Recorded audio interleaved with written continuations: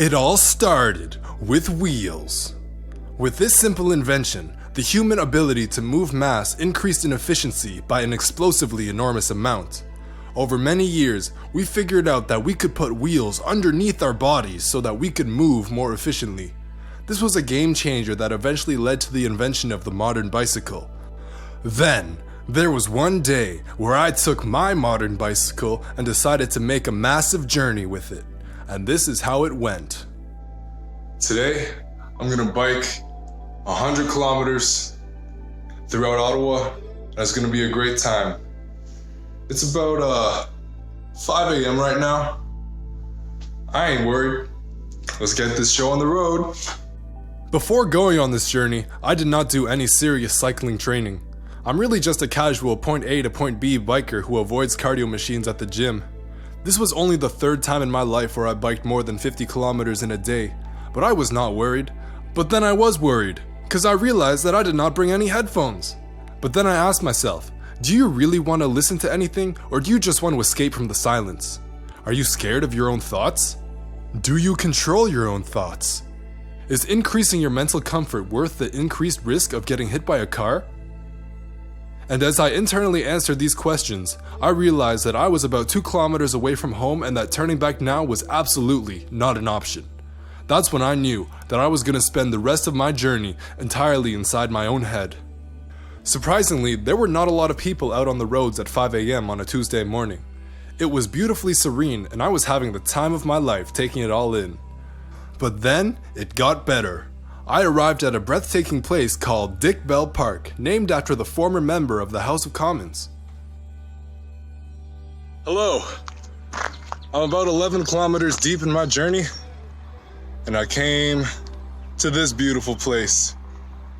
I love spending time here to just think about the nature of reality. It's a beautiful place. Sometimes I come here with my friends to talk about life as well.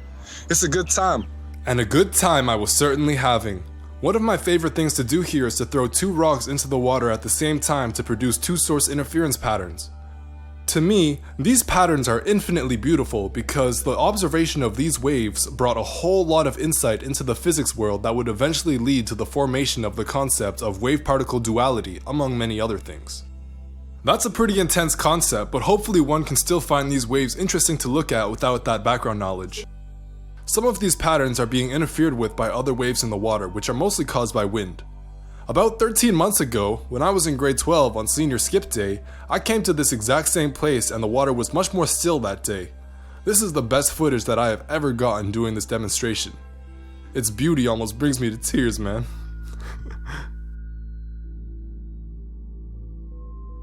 But I could not stay here forever. I ate some grapes and blueberries and then the journey continued. Along the road, I ran into a whole lot of geese, seagulls, and ducks.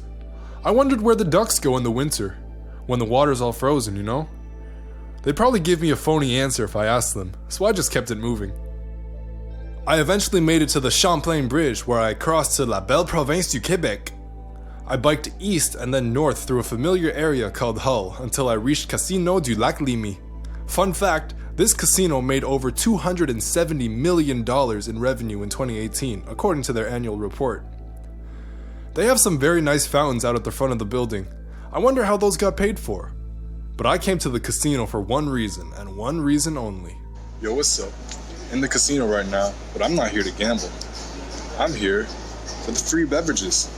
Tastes pretty good. I got a coffee, and I didn't really want to buy one, so I just came to the casino for a free one, and it's like...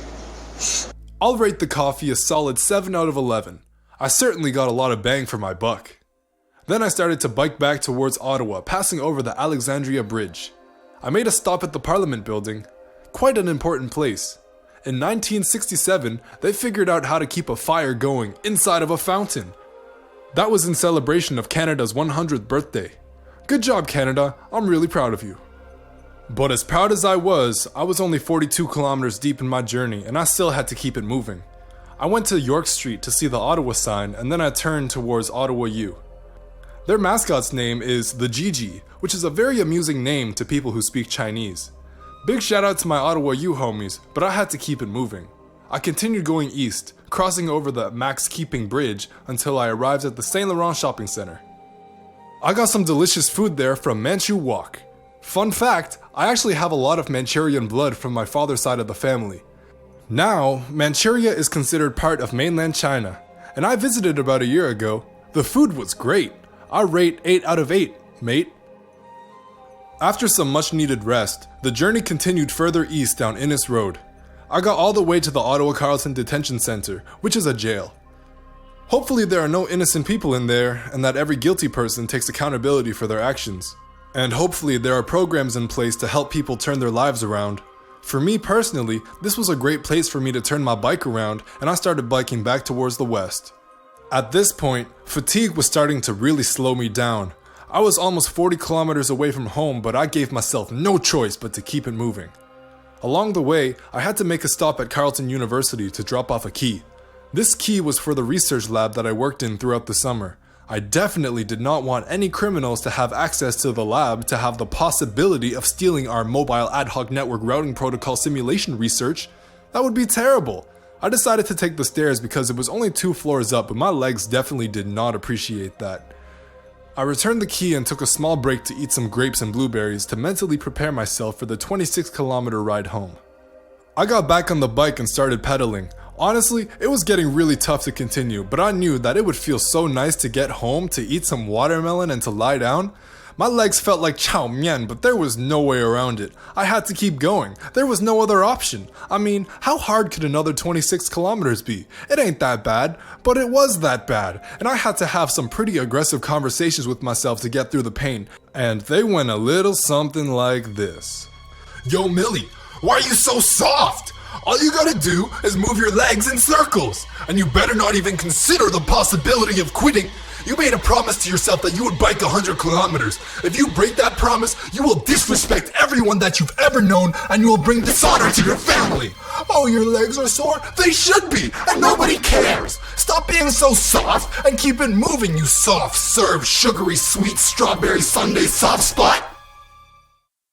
Not that there's anything wrong with being soft, but being hard was more wise in this scenario. To be soft is to be easily deformed by outside forces. Hardness is the ability to resist deformation based on the strength of internal forces. This is true in the analysis of materials as well as in the analysis of character. I forced myself to be stronger than the forces of self-doubt, fatigue, and surrender, and then eventually, I made it home. I'm back in my kitchen. 108 kilometers later. Man, that was hard. But I ended up being harder. You see, the best journeys that you will ever take in your life will never be the easiest ones. I would recommend to everyone to try to challenge yourself to do something that you know will not be easy. It doesn't have to be a 100-kilometer bike ride or even biking at all. Choose your challenge, push yourself to the point where you want to surrender, and then push harder. Always believe in yourself. Always push yourself to be the best person that you can be, and always keep your feet on the ground as you move upwards, because that's true growth. If you like this video and want to see more thought-provoking content, consider subscribing to help me reach my goal of 2 subscribers. And if this video gets 5 likes, then I will personally give every single viewer 10 respect points. Thank you so much for watching, and I hope you have the inner strength to reach your full potential.